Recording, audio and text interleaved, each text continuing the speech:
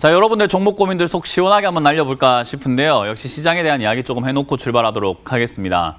일단 제가 지금 디지털 뉴딜 이제서야 또 많은 분들이 관심 가지고 있으실지도 모르겠습니다만은요. 제가 이제 과거부터 말씀을 계속 해드렸어요. 제약 바이오가 급등하고 있고 많은 여러분들이 수소차라든지 이런 쪽만 관심 가지거나 했을 때 제가 보안 관련주 좀 관심 가져라. 그리고 결제 관련주에 관심 가지고 단알이 올라갔을 때는 보안으로 이어질 수 있다. 그리고 그러면 당연히 데이터 관련주로 또 넘어가게 된다라고 말씀을 드렸는데 그런 게 어떻게 보면 순서이기도 하고요. 그게 예측이라고 하는 거죠. 근데 여러분들은 항상 예측을 어려워하다 보니까 지금 현재 급등하는 것만 찾으려고 하는 눈에 보이는 것만 쫓는 것은 아닌가라는 걱정이 좀 듭니다. 역시나 지금 이제 데이터 관련주들이 조금 움직이고 있잖아요. 그러면 당연히 또 보안이라든가 이런 쪽으로 순환매가 돌 수 있다라고 보시면 되거든요. 그래서 이런 쪽들은 우리가 생각을 한번 해볼 때 지금 당장 데이터 관련주가 움직인다. 그럼 자율주행 또 다시 움직일 수 있다는 것을 명심을 하셔야 되고요. 데이터가 움직이게 된다라고 하면 또 의료 데이터 쪽으로 다시 또 움직일 수 있는 그런 내용들이 남아 돌게 되겠죠.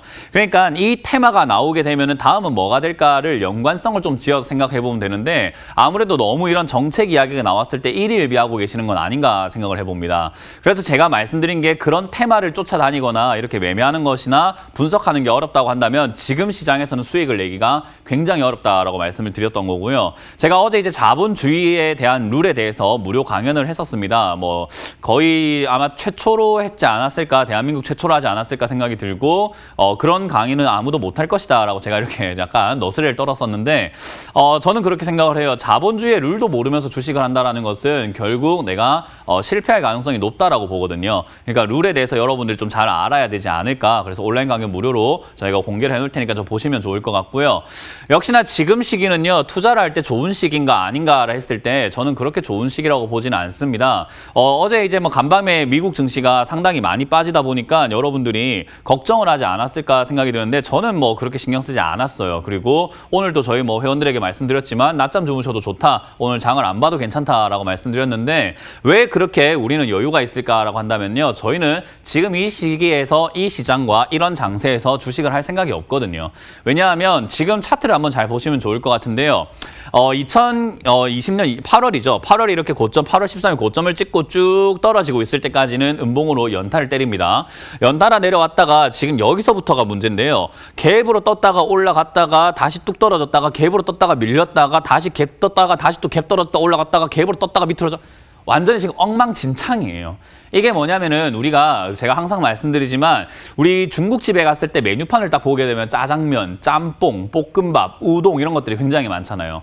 뭘 먹을까 고민이 될 때가 많죠. 짜장면을 먹자니 짬뽕이 땡기고 짬뽕을 먹자니 볶음밥이 땡기고 이렇게 여러 가지 갈팡질팡하고 있는 장세. 그 말은 아직 결정을 못했다라는 거예요. 시장이 지금 여기서 이렇게 엉망진창의 차트를 만들고 있다라는 것은요. 올라가야 될까 내려가야 될까를 지금 결정하지를 못하고 있는 상황이라고 보시면 되는데 이 시기가 좋지 않습니다. 왜냐하면 이만큼 올라왔으면 이왕 왔으면 계속 가는 게 맞죠. 갈 거면은요. 근데 지금 여기서 이러고 있다라는 것은 그리고 미국 장세가 아무런 이유 없이 빠지기 시작하면서 고점인 것을 인식하기 시작했다라는 것을 우리가 예측해 본다면 지금 이 장세에서는 역시나 이제 개인들조차도 두려움에 떨기 시작을 했다라는 거죠. 지금 동학개미 운동이라고 이야기를 하면서 개인들의 매수세가 끌고 올라왔다라고 해서 유동성 이야기를 많이 했는데요. 저는 이런 장세, 횡보 장세가 만들어질 거라고 8월달 요거 고점이 떨어지기 시작했을 때부터 앞으로 횡보할 가능성이 많다라고 미리 예측을 해드렸어요. 여러분들이 이때 방송을 다시 한번 보신다면 아실 수 있을 텐데요. 저는 여기서 횡보할 가능성이 높다라고 했어요. 그랬더니 많은 분들께서 아니다, 다시 간다라고 했는데 저는 횡보할 것이다라고 봤던 이유가 역시 여기서는 개인들의 추가 매수를 불러일으키는 장세라고 봅니다. 개인들이 여기서 추가 매수를 하고 싶어서 하는 게 아니라요. 미리 샀던 종목들이 자꾸 이렇게 밀리거나 내 종목이 자꾸 빠져내려가거나 아니 다른 종목은 가는데 내 건 왜 이렇게 빠지지 하는 그런 느낌 때문에 한 10% 밀렸을 때 야, 내가 단타로 들어갔지만 10% 밀렸어? 그럼 장기 투자하지 뭐 라는 생각으로 추가 매수를 하기 시작을 했을 거라는 거예요. 어쩔 수 없이 추가 매수를 하면서 여기에 우리가 흔히 말하는 증시 대기 자금과 유동성이라고 하는 그 돈들이 다 들어오고 났을 때 과연 누가 사줄 것인가 라고 하면요. 저는 아무도 안 사준다고 봅니다. 그 말은 그때부터가 약간 허공에 무중력으로 떠 있다가 떨어지기 시작할 때다라고 보고 있는데요. 저는 그 하락이 단순히 조정이라고 보질 않습니다. 조정이라고 하는 표현은요, 상승을 한다라는 걸 전제로 했을 때 올바르게 올라가는 것을 조정이라고 하는데요. 사실 조정이 들어가야 되는 시기는 저는 4월 달에서 5월 이 시기쯤에 조정이 들어갔다고 한다면은 건강한 조정이다. 그러니까 앞으로 더 상승을 하기 위한 건강한 조정이다라고 말씀드리고 싶은데 지금은 조정이라고 하기엔 너무 조정 없이 올라왔고요. 그리고 이렇게 올라온 상태에서 조정을 주고 또 올라갈 것인가 라고 한다면 이제는 실물 경제가 뒷받침되어 주지를 못한다면 저는 더 이상 올라갈 이유를 모른다. 그러니까 이유가 없다라고 말씀드리고 싶어요. 유동성의 힘만으로 더 이상 뭐 더 끌고 올라갈 수 있을까라고 했을 때 저는 그것도 역부족이라고 생각을 합니다. 그래서 저는 여기서 할 게 뭔가라고 하면요. 흔히 우리가 말하는 고가놀이라는 거 할 거라고 생각을 합니다. 급등을 시켜놓고 위에서 세력들이 싸게 산 사람들이 비싸게 팔 구간을 만든다라는 건데 저는 이제 그렇게 만들 가능성이 높다. 그리고 그 구간의 마지막 폭죽을 디지털 뉴딜과 그린 뉴딜이라는 정책으로 지금 만들어내고 있다 생각을 합니다. 그 말은 결국 여기에 물려서 이제 고생할 사람들이 수두룩 빽빽하다라고 생각을 하기 때문에 과연 지금 여기서 여러분들이 단 5% 또는 10% 수익을 위해서 매매를 해서 내 계좌가 앞으로 안 좋아질 수 있다면 투자를 해야 되는 것인가 생각을 합니다. 어떤 분들은 그래요. 너는 기우제 지내냐? 하방만 그렇게 외치다가 결국 맞추려고 하는 거냐라고 하시는데 제가 그거 맞춰서 뭐 대한민국에서 뭐 상을 받습니까? 아니면 뭐 저기 뭐 노벨상 같은 걸 받나요? 저는 그런 것들을 받을 생각도 없고 그런 보상이 있는 것도 아니에요.